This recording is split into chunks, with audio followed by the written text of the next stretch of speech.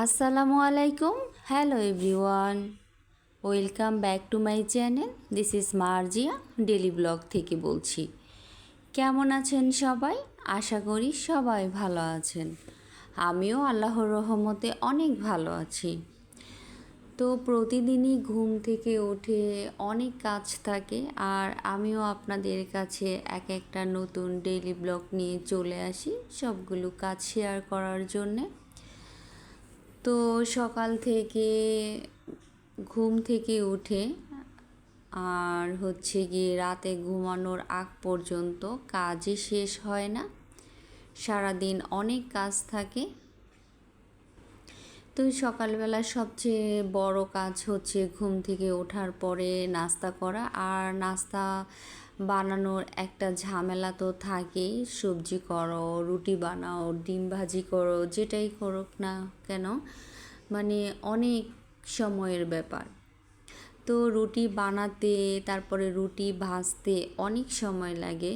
তো সকালবেলার খাবারটাই মনে হয় অনেক কষ্টে, কারণ দুপুরবেলা রাতের বেলা ভাত এটা তো বসায় দিয়ে চলে গেলেই হয়ে যায়, অতটা কষ্ট হয় না।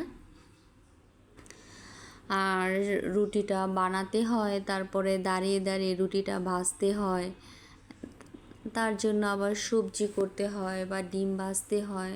মানে এটা মনে হয় অনেক কষ্টের। সারাদিনের রান্নার মধ্যে সকালের নাস্তাটাই অনেক কষ্টের। যাই হোক, নাস্তা তো করতে হবে আর কাজও করতে হবে। তাই ঘুম থেকে উঠেই সকালবেলা নাস্তা করার জন্যে সব কিছু রেডি করে ফেললাম। তো সবজি নিয়ে নিলাম, আজকে রুটি বানাবো আর সবজি ভাজি করব। আমি এখানে কাঁকরোল নিয়েছি, পটল নিয়েছি, তারপরে বেগুন নিয়েছি আর আলু নিয়েছি। তো সবগুলো খুব সুন্দরভাবে কেটে নিলাম। তো কাটার পরে এগুলোকে ধুয়ে বসিয়ে দিলাম ভাজিটা। আর আটাটাও করে নিলাম রুটি বানানোর জন্যে। তো ভাজিটা বসানোর পরে সুন্দর করে আটাটা করে নিলাম, তারপরে রুটি বানিয়ে নিলাম। কারণ কি, রুটি বানানো অনেক ঝামেলা। আগে তো আমি রুটি বানাতামই না, সবসময় মা বানাতো। তো এখন আমাকেই করতে হয় এই কাজটা। তো আমার কাছে মনে হয় এটা অনেক কষ্টের কাজ। মানে রুটি বানানো আর রুটি ভাজাটা যে কী পরিমাণ কষ্টের, এটা আমার সকাল হলে আর ভালো লাগে না মনে হলে।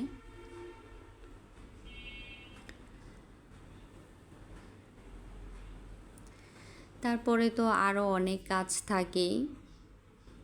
কিছু কিছু কাজ তো অফ ক্যামেরাতেই করে নিতে হয়, কারণ ক্যামেরা ধরে কাজ করা আসলে যায় না। আর কাজ করতে গেলেও অনেক দেরি হয়ে যায়। এজন্যে ক্যামেরা ছাড়া কাজ করলে আমার মনে হয় কাজগুলো খুব তাড়াতাড়ি হয়ে যায়। তো আমি অনেক কাজই অফ ক্যামেরাতে করে ফেলি, যেগুলো যেগুলো না পারি ওগুলাই সম্ভব হয় না করা। তো আমার যখন বাজিটা বসানো হয়ে গিয়েছে আর এর মধ্যে আটাটাও করা শেষ, তো আমি রুটি বানাতে বসে গেলাম। রুটিগুলো সুন্দরভাবে আস্তে আস্তে করে একটা একটা করে বানিয়ে নিলাম। তো সবগুলো রুটি মোটামুটি আমার বানানো হয়ে গিয়েছে। যখন বানানো হয়ে গিয়েছে তখন তো রুটি ভাজতে হবে। তো ভাজার জন্যে সেই চুলার পার দাঁড়ায়া থেকে থেকে অনেকটা সময় লাগে রুটি ভাজতে। মাঝে মাঝে খুব বিরক্ত লাগে, মাঝে মাঝে ভালো লাগে। সব কিছু মিলিয়ে এখন আর এতটা ভালোও লাগে না, সত্যি কথা। কাজ করতে অনেক কষ্ট।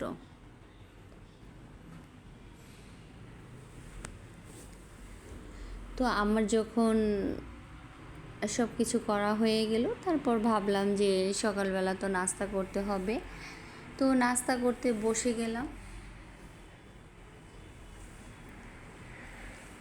সকালবেলার নাস্তাটা অলরেডি করে নিলাম। নাস্তাটা করার পরে গিয়ে অনেক কাজ থাকে, সেই কাজগুলো করে নিলাম। কিছু কিছু কাজ তো আমি অফ ক্যামেরাতে করে নিয়েছি, আর কিছু কিছু কাজ আমি ক্যামেরার মাধ্যমে করে নিয়েছি।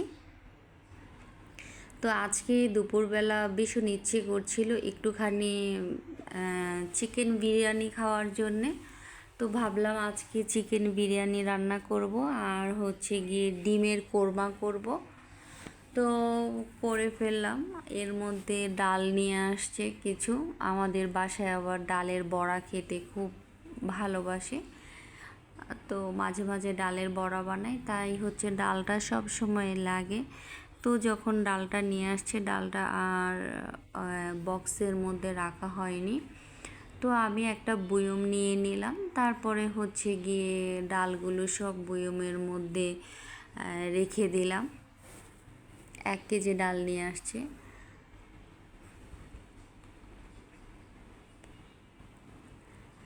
তারপর হচ্ছে গিয়ে, যেহেতু আমাদের বাসায় আমার মা আবার খুব বেশি ফ্রিজের খাবার খায় না, মাছ মাংস আমাদের খুব বেশি ফ্রিজে রাখে না। দেখা গেছে যে 2 দিন বা 3 দিনের খাবার ফ্রিজে রাখে, মাছ বা মাংস যেটাই হোক না কেন। তো 3 দিনের বেশি খাবার ফ্রিজে থাকে না, মানে তাজা তাজা এনেই রান্না করার চেষ্টা করে প্রতিদিন। তারপর হচ্ছে যেহেতু চিকেন বিরিয়ানি খাবো, তো আমার ভাই গিয়ে একটা মুরগি নিয়ে আসলো। তারপরে আমি ভাবলাম মুরগিটাকে কেটে নিব। আর এই প্রথম আমি অন্য সময় রান্না করেছি, তখন হচ্ছে মা হেল্প করেছে, কিন্তু আজকে যে আমি চিকেন বিরিয়ানিটা করেছি সেটা আমাকে কেউ হেল্প করেনি, কারণ আমি সম্পূর্ণ একা একাই রান্না করেছি। আমি আমার মাকে বলেছিলাম একটু এসে দেখার জন্য, তখন আমার মা বলছে যে তুমি যেমন পারো অমনই রান্না করো।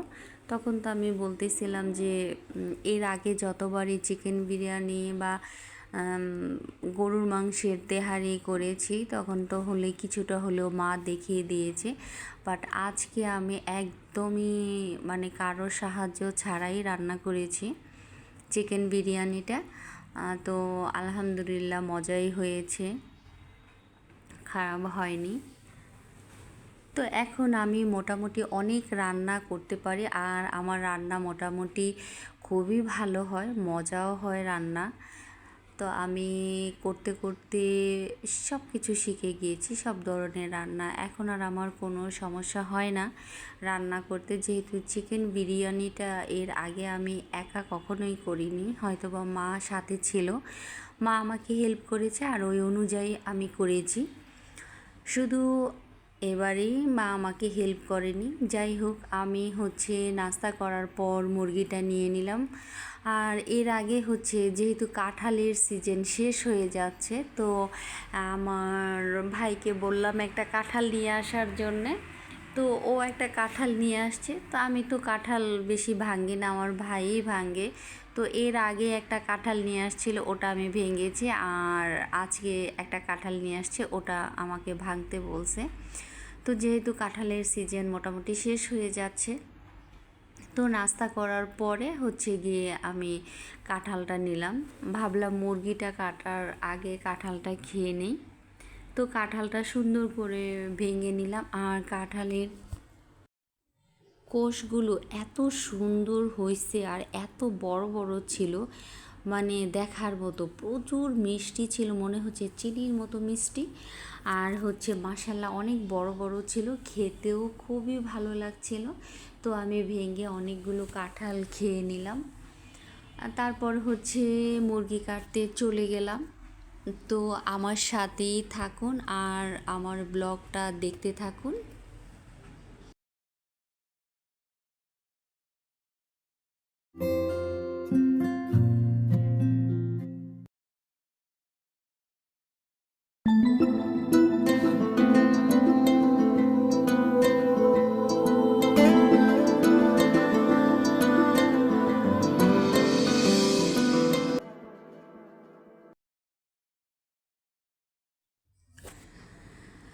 তো অলরেডি মুরগিটা কাটা হয়ে গিয়েছে।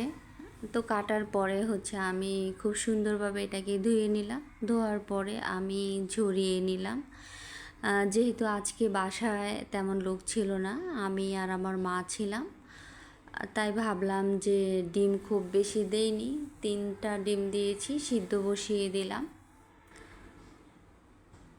আর ডিমের কোরমা করলাম। এখান দিয়ে আমি হচ্ছে গিয়ে চিকেনটা বসিয়ে দিলাম। যখন হয়ে গিয়েছে তখন পোলাওয়ের চালটাকে খুব ভালোভাবে ধুয়ে নিলাম। যখন ধোয়া হয়ে গিয়েছে আমি এর মধ্যে একটুখানি সময় ঝরিয়ে রাখলাম। তো ঝরানোর পরে তো রান্না করে ফেললাম। রান্না করার পর যেহেতু দুপুরের খাবারের সময় হয়ে গিয়েছে, তো খাবারটা দিয়ে দিলাম। তারপর তো খেতে বসে পড়লাম, খাওয়া দাওয়া শেষ করলাম। তারপরে আরও অনেক কাজ থাকে, ওই কাজগুলো আর দেখাতে ইচ্ছে করলো না, যেহেতু আজকে অনেক কাজ করছি। আমি অবশ্যই প্রতিদিনই অনেক কাজ করি, আমার আর কাজ করতে ভালো লাগে না। তো বিরিয়ানিটা হয়ে গিয়েছে, আর খেতে কিন্তু মজাও হয়েছিল। তারপর কি আর করা, আমি আর কোনো কাজই করি নাই। তারপরে হচ্ছে গিয়ে আপুদের ভিডিও দেখলাম। এটাই মেন কাজ, মানে যাই করি না কেন এটা তো করতেই হয়। তো খাওয়া দাওয়ার পরে বিকেলবেলা সন্ধ্যার দিকে খুব কফি খেতে ইচ্ছে করছিল, বাট বাসার কফি না, বাহিরের কফি। তো একটু চলে গেলাম বাসার নিচে, খুব বেশি দূরে না, বাসার পাশেই গিয়েছি। তো যাওয়ার পরে একটা সাব স্যান্ডউইচের অর্ডার দিয়েছি। আমার কাছে আবার সাব স্যান্ডউইচটা খেতে ভীষণ ভালো লাগে, আর হচ্ছে কফি। তো মজা করে খেয়ে নিলাম। খাওয়ার পরে তো বাসায় চলে আসলাম। তো আজকের মতো আর কোনো ব্লগ করিনি, আজকে এতটুকুই। তো আশা করি সবাই ভালো থাকবেন, সুস্থ থাকবেন। আর হচ্ছে গিয়ে এই তো সবার নতুন নতুন ব্লগ দেখবো, বা আমারটা সবাই দেখবেন। এই তো তো সারাদিন পরে এই ছিল আজকের ডেইলি ব্লগ। রাতের বেলা মা রান্না করেছিল, বাট আমার আর ইচ্ছে করে নাই যে একটু ভিডিও করি বা একটুখানি শেয়ার করি। এত পরিমাণ খারাপ লাগছিল, তো আমি শুয়েছিলাম রাতের বেলা খাওয়া দাওয়া শেষ করে।